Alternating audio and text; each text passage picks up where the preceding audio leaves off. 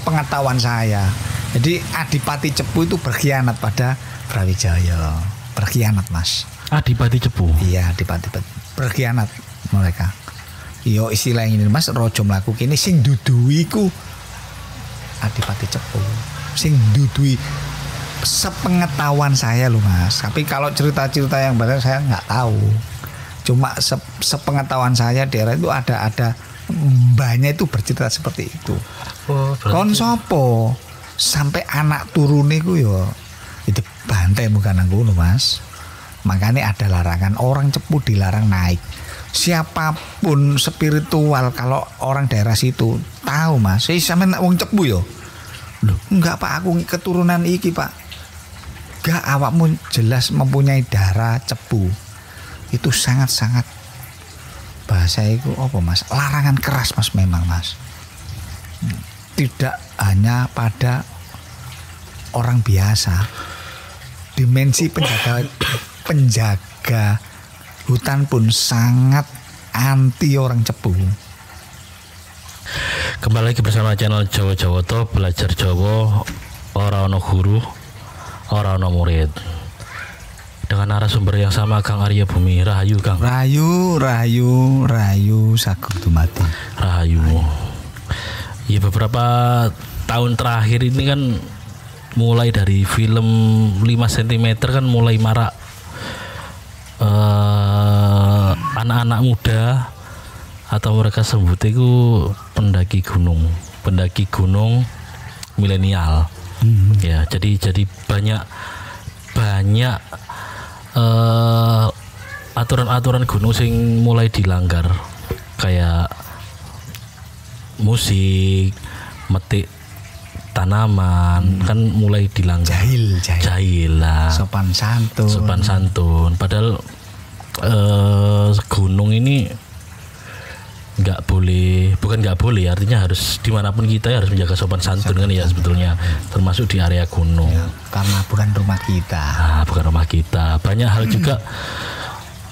hal yang menyatakan gunung itu tempat wingit, tapi gunung-gunung bukan seluruh gunung ya, tapi ada beberapa gunung yang di daerah Jawa ini mungkin diyakini sebagai tempat wingit. Salah satunya adalah yang rumor terbaik gunung misterius itu Gunung Lawu Kang Rio. Sejarah Gunung Lawu ya apa dulu kan sempat diganti nama katanya. Iya ya, diganti nama mungkin di era Belanda ya. Jadi Belanda. Ya, jadi apa Mahendra. Iya Mas ya. Gunung Mahendra.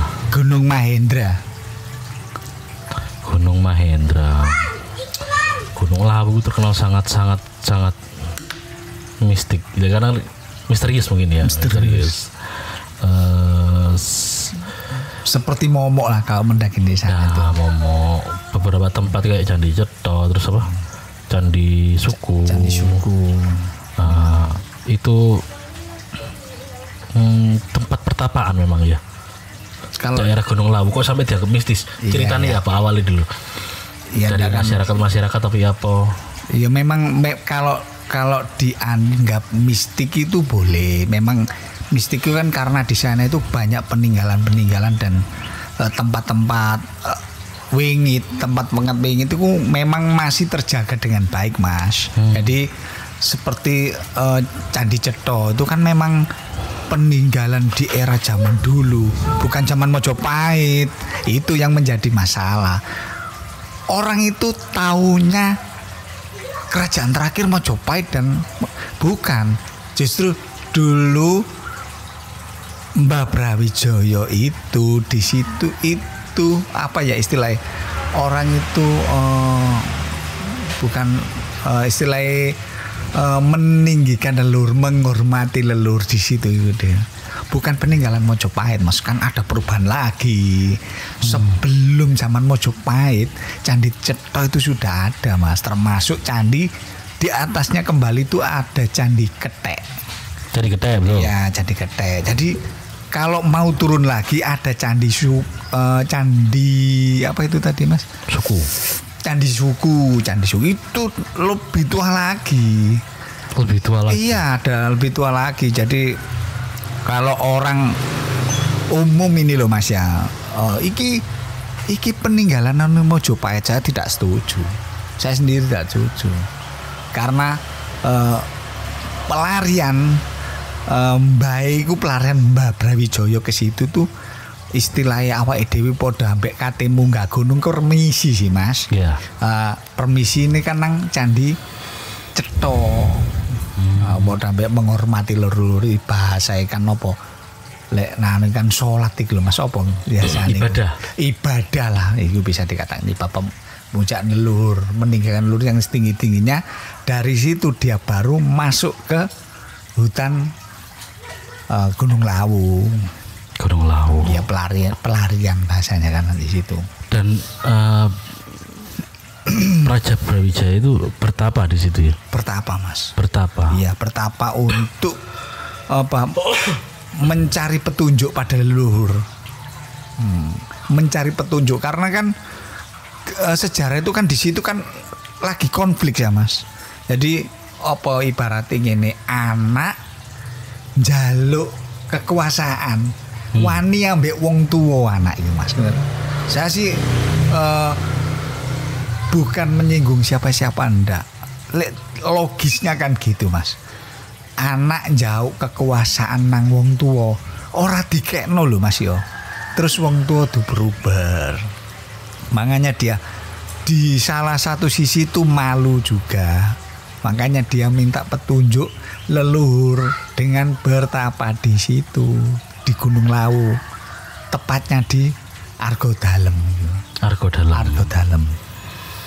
Sejarah tentang Gunung Lawu dan Raja Brawijaya ya. Iya. Tuh. Nah sekarang ki lebih membahas ke era modern, di mana Gunung Lawu dianggap mistik, banyak pendaki hilang lah kita ngomong di Gunung Lawu. Iya. Yang pertama itu faktor-faktor dimanapun tempat kita ya harus sopan. Yang pertama. Yang kedua dari masing-masing pos atau masing-masing gerbangnya Lawu, itu ada penjaga ibu gak Mas? Penjaga spiritual.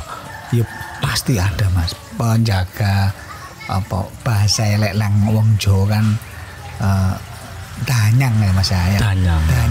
Jadi dimanapun kita pasti dimensi-dimensi itu yang menjaga Mas tempat agar tempat situ tidak dikotori.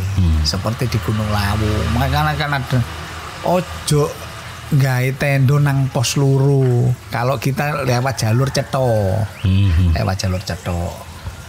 Kamu nanti pasti ada arahan di situ. Kok awakmu kok langsung nang gini. Kalau dari segi saya lupa sih pos-pos mana saja yang tidak harus di tenda. Nah, jadi karena mungkin logisnya itu gini Mas. Kenapa awak dhewe gak oleh membangun tenda nang kono? Mungkin karena dari areanya sempit, di situ dekat jurang. Itu ya, secara logis. Tapi secara spiritual? Kalau spiritualnya memang di situ istilahnya itu apa ya Mas yo? Dia tidak mau dikotori tempatnya. Karena kan sering terjadi kayak gitu Mas. Jadi apa ya? Wong anak gunung, arek gunung itu kan yo macam-macam sih Mas. Ono sing yo ada yang sampai terkadang itu gak sopan santun nih sing dijogo. Ya, makanya kan sering terjadi di situ tuh. Saya tidak ngomongkan masalah pembantaian, sering terjadi teror. Itu ya boleh lah pengalaman-pengalaman di YouTube kan banyak Mas di area itu. Banyak yang hampir saja meninggal dunia itu yang juga tidak sampai meninggal dunia. Penyiksaan terjadi, penyiksaan teror. Ya karena kita sendiri itu tidak sopan. Jadi ada yang tempat memang disakralkan. Makanya kan setiap pos itu dibangun untuk apa ya? Menghormati mereka yang jaga di situ. Dibangun kayak kecil tempat menaruh sesaji. menaruh sesaji itu ada. Nah, itu contohnya kan banyak. Mistik kayak gitu ya. Pasar setan Mas di Gunung Lawu Mas. Gambarannya seperti apa sih pasar setannya? Apa memang anak setannya temenan apa ya? Kalau semua di Gunung Lawu ya banyak setannya Mas. Cuma memang semua gunung itu ada pasar setannya Mas. Sebenarnya banyak. Semua gunung itu ada. Kalau memang yang terkenal itu kan Gunung Lawu. Semua kan karena pendaki-pendaki ya zaman saiki kan wong kan ngene Mas, bahasa iki ya. Lek jamanku biyen mlebu alas. Yo akeh Mas. Contohnya dan itu gak ono sing ngene. Jemua Kliwon iku alase nang Gunung Argopuro iku buka. Nang Gunung Raung iku dinone iki. Alas iku pasar setan buka. Nang Arjuna iku dinoe iki alase buka apa pasare buka ngono ya macam-macam asine akeh kabeh Mas. Kok masing-masing gunung ada ya? Loh, masing-masing gunung ada pasar setannya. Berarti itu kita ngomong di era sekarang tuh kayak pasar Rebo gitu ya di kota-kota gitu ya. Benar. Pasar Wage atau apa gitu ya. Jadi mindset kan dianggap Gunung Lawu saja yang apa karena yang ada pasar setannya yang bikin rame di media kan kayak gitu Mas. Lawu juga pernah diteliti oleh salah satu apa ya dari Amerika itu NASA di tahun 90-an dan 2014 terjadi goncangan besar media itu tentang Gunung Lawu yang mengeluarkan sinar ya. Oh iya sinar. Cahaya yang sampai menembus angkasa. Ya itu kalau tidak salah ya mungkin di tahun 92 atau 94 itu saya pernah dengar juga. Terulang lagi di tahun 2014. Ya. Terulang lagi di tahun 2014. Itu cahaya apa Mas ya?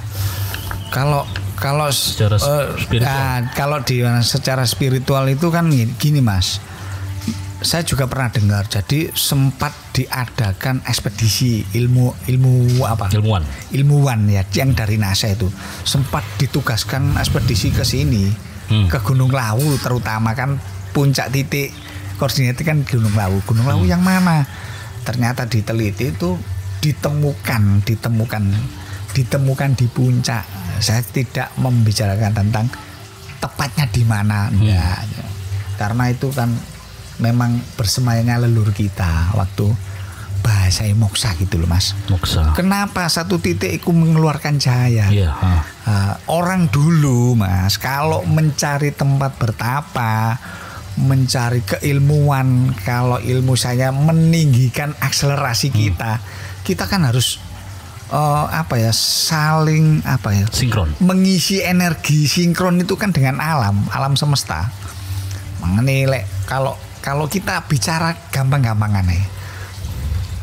Kene apa wong-wong biyen niku nang punden niku mesti ono demite, ono barang halus sing lumpuk nang gunung. Karena di salah satu itu ada kekuatan energi yang besar. Ya padha mbek iku mang lho Mas. Leluhur awake dhewe iku ngerti Mas di situ tuh bahwa ada kekuatan energi sampai bisa terbaca di NASA. Keluar cahaya tadi. Iya, itu kekuatan energi alami Mas. Dari alam. Enggak ada apa pertanda sinyal tentang apa enggak gitu ya waktu itu ya. Bukan pertanda loh. Kalau seingat saya itu enggak menemukan kok. Orang-orang ekspedisi tidak ada yang menemukan. Seingat saya loh Mas. Jadi tidak ada yang menemukan. Akhirnya mereka mencari desa-desa terdekat untuk menggali informasi mereka itu. Yo, kalau saya sendiri sih pernah mengalami sesuatu kan energi kekuatan itu ternyata keluar dari satu titik ini. Ya memang kekuatannya besar Mas. Energi mengenai kalau bicara energi kan jenengan tahu sendiri ya. Energi kan apa istilahnya? Daya kuat. Energi. Jadi siapapun kalau kita akselerasi balance ke situ masuk yo katut Mas awake dhewe kekuatan energiku masuk katut. Itulah rahasia kita itu di situ. Maksudnya rahasia kekuatanmu leluhur biyen mangkane golek nggon-nggon kok sing kekuatan energinya gede. Tapi kan di era zaman sekarang kan tidak dipahami, Mas. Dianggap awake dhewe iki nyembah wit, nyembah watu, ngono Mas. Tapi ya masalah-masalah gitu kan lek ngomongno iku kan dadi rancu sih, Mas. Lah wong petinggi-petinggi negara ae kawane keris. Keris iku apa? Kan kekuatan bahan-bahane kan yang ngono iku sih, Mas, dijukuk teko alami. Bukan karena kekuatan tanda kutip faktor iki ku demit dudu iku mang lho, Mas. Kekuatan alami jukuke teko ngono iku, Mas. Nah, dan mereka lebih paham di apa istilahnya, Mas, ilmuwan NASA itu.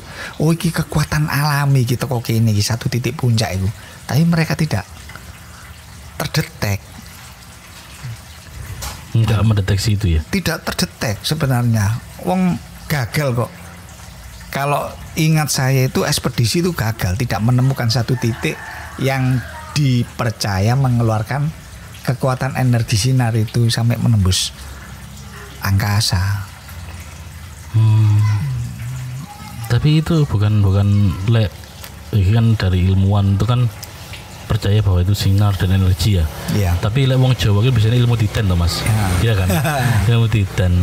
Jadi ketika ada sesuatu yang berdampak dan itu jelas melalui gejolak alam, biasanya kan iki gunung iki meledos, berarti iki ada kejadian seperti ini dan lain-lain. Oh, iya. Nah, seperti itu tadi nggak ada efek apapun nggak ini enggak ya? Nggak ada. Cuma memang mungkin puncaknya energi itu akhirnya meledos mengeluarkan sinar tadi ya. Iya.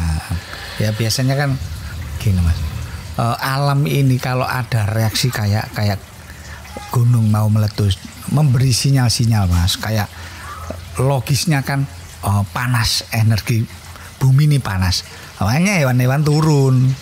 Hewan-hewan turun, bunga-bunga yang dekat di situ itu kan agak layu sih, Mas, panas. Itu kalau energi kekuatan, makanya jari buruan spiritual untuk ke Gunung Lawu. Dia kan berlomba-lomba untuk mendekati satu titik energi puncak itu. Ya bahasa wongan ngene, awake dhewe sik duwe kekuatan alam rek. Iya. Tapi sinergi atau tidak kan terkadang orang kan tidak tahu, Mas. Wis padha mbek sampean ngene lho. Sing sampean encepi lho energine kuning. Lah sampean karaktere sampean abang lho, mosok nyambung. Makanya kan tidak semua orang cocok bertapa di situ. Tidak semua orang. Ya padha mbek ngene kan padha mbek belajari ilmu sih, Mas. Ya. Lek zaman biyen kan ngono. Ya lek awakmu energimu padha, ya sukses, berhasil awakmu di situ dengan kekuatan energi oleh, Mas. Lawu. Selain mistik, Lawu kan juga terkenal dengan warung tertinggi di Pulau Jawa ya. Mbok Yem. Mbok Yem. Yuk Yem. Nah, ya Mbak Yem. Kang Aryo ini salah satu anak muda zaman sekarang bilang bestine Mbok Yem. Bestine Mbok Yem. Iya. Mbak Yem si nom biyen, si nom biyen. Saiki Belanduk Lawu aku kaget jan terakhir nang Gunung Lawu iku, Mas. Iya, wih sampe ini mbok sampean malian. Iya, sekarang wis itu meninggal ya. Iya. Meninggal. Mbok Yem itu kita ngobrol. Aku nggak ngerti ya juga ya. Di Merapi ada Mbah Marijan sebagai juru kunci Merapi. Makanya tinggalnya ya wis di lereng Gunung Merapi. Mbok Yem juga punya tugas seperti itu apa enggak, Mas? Apa cuma memang berdagang Mbak Yem di situ? Ya, kalau pengalaman saya, Mas, kalau bicara soal Mbok Yem sih ndak. Mbok Yem itu bukan siapa-siapa sebenarnya.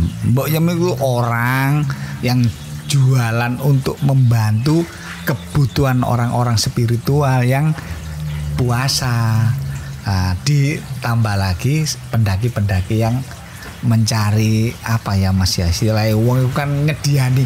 Sebenarnya iku mbok yem marung di situ kan menyediakan orang-orang berpuasa sih Mas. Berarti orang-orang yang berlaku spiritual. Iya, terus banyak-banyak pendaki di situ akhirnya wongan wis nang kono ono pecel lere, ono soto nih nek zaman biyen kan ngono. Misalnya Garibet akhirnya terkenal. Kalau di era masa saya dulu Mas, itu suaminya Mbok Yem itu yang cenderung menurut saya lebih mengantar untuk spiritual waktu saya dulu. Jadi Pak siapa lupa saya. Jadi kita kalau malam itu sering sharing itu lebih cenderung orang itu bahasanya kan juru kunci. Jadi tetuwo ngono lho Mas. Makanya kan kadang dia tidak aku iki juru kunci ini enggak. Saya tidak pernah mendengar seperti itu. Suaminya Mbok Yem dulu. Tapi dia itu bisa membeberkan Mas. Tempat iku koyok ngene le, iki koyok ngene, iki koyok ngene. Ya, waktu kita ngobrol kalau malam iku di bawahnya Argo Dalem yang untuk ya terkenal kan tempat bertapanya Brawijaya ya. Kalau Mbok Yem sendiri sebenarnya orang biasa tapi ya jenenge ngene lho Mas, jenenge bojone pinter otomatis kan yo bahasa ikan energiku kecipratan. Iya, kecipratan. Yo berapa tahun deh Mas gak melasan puluhan tahun nang kuno yo titikake sinyal-sinyal energi gaib kan yo mesti nrimo, yo mesti Mbok Yem yo dikandani iku kan wajar. Saya bukan orang Mbok Yem istimewa karena dia sudah baik pada pendaki-pendaki, memberi ini hati-hati le, memberi nasihat-nasihat lah. Itu wis saya anggap istimewa karena di sana itu kan ya apa Mas? Ya, zaman sekarang kan banyak yang jualan. Makanya yang paling lama ya Mbok Yem. Makanya kan kayak meninggal jadi viral. Ya menurut saya biasa-biasa saja Mas. Semua gunung kan cuma memang yang terkenal orang jualan di atas ya Lawu. Ya Lawu ndak ada lagi. Ya banyak cuma kan baru kali-kali ini tuh mulai muncul lah bermunculan kayak di Arjuno. Nah gitu. Sedikit tentang cerita Lawu. Sejarah Lawu, mistik Lawu, ternyata pernah ada penelitian tentang NASA yang meneliti tentang sinar yang keluar dari Gunung Lawu ya kan. Mbok Yem juga sing sekarang udah almarhum mungkin ya. Iya almarhum. Tapi ada juga Mas daerah atau kota yang memang benar-benar dilarang untuk naik Gunung Lawu. Ada itu kota Cepu itu Mas. Jadi keturunan Cepu. Orang asli Cepu nggak boleh naik. Itu sangat-sangat.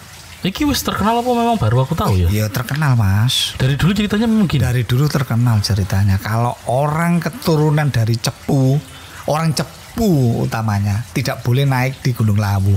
Pantangan Mas. Pantangan. Kalau mau dilanggar ya bisa hilang. Alasannya apa ya? Kenapa? Maksudnya ada sejarah apa Cepu dan Lawu? Ada sejarah dulu kan. Kalau sepengetahuan saya, jadi Adipati Cepu itu berkhianat pada Brawijaya. Berkhianat Mas. Adipati Cepu? Iya Adipati berkhianat mereka. Yo istilah ini Mas rojo mlaku kene sing duduhi ku Adipati Cepu. Sing duduhi sepengetahuan saya loh Mas. Tapi kalau cerita-cerita yang benar saya nggak tahu. Cuma sepengetahuan saya daerah itu ada mbahnya itu bercerita seperti itu. Kon sopo sampai anak turune ku yo itu bantai bukan ngono Mas. Makanya ada larangan orang Cepu dilarang naik. Siapapun spiritual kalau orang daerah situ tahu Mas. Saya sampean wong Cepu yo. Loh, enggak Pak aku keturunan iki Pak.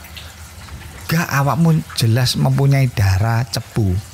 Itu sangat-sangat bahasa itu apa Mas? Larangan keras Mas memang Mas. Tidak hanya pada orang biasa.